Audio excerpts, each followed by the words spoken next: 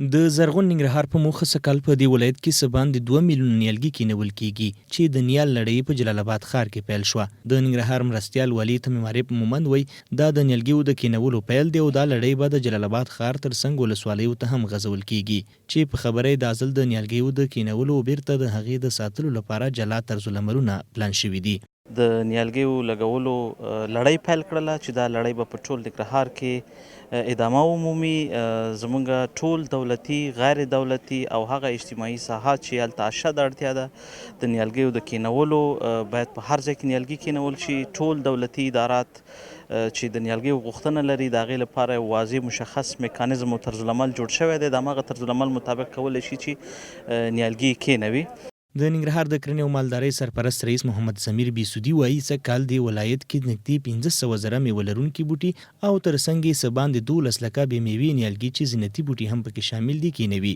د دوی په خبره دا ځل د تیرو کلونو په توپیر به د نیالګیو ساتنه او هغه کسان چې د نیالګیو د ساتنې په مسؤلیت کې پاتې راشي مجازات بشي. او سږکال هم موږ د دې لپاره یو ښه پلان جوړ کړی، یو ښه طرزالعمل هم جوړ کړی د والي صاحب په هدایت. د دغه طرزالعمل مطابق به موږ پر مخ ځو او هر هغه مکاتبو ته، کلینیکونو ته، مساجدو ته چې موږ نیالګي ورکوو، دغه مختلط هیئت مسؤول دی موږ ته چې هر وخت د دوی به پوښتنه کوي، د دوی به څارنه کوي.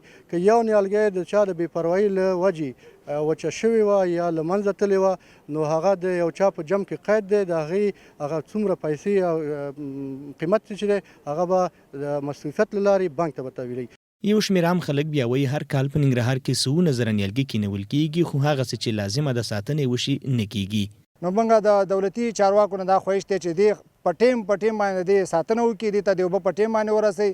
لکه زموږ دا کې په بازارونو کې چې کوم دی، په ښار کې مینځ کې کوم بوټ فارم دی، په دې باندې کوم بوټي کرل شوي دي، په زرونو بوټي کرل کیږي، خو دې ساتنه بیرته نه کیږي. هغه ځمکه بیرته کلکه شي، هغه وچ شي رانه. خصوصا د ښاروالۍ څخه چې په دې برخه کې کار کوي یا د زراعت ریاست څخه چې په دغه برخه کې دیو نیالګي کینی په لکونو روپۍ مصرف کوي. د دیو څخه هم تقاضا هم دا ده تر څو د دغه نیالګیو دپاره چې کوم کسان ګمارل شوي دي او یا هم په دې تعداد باندې کم دي.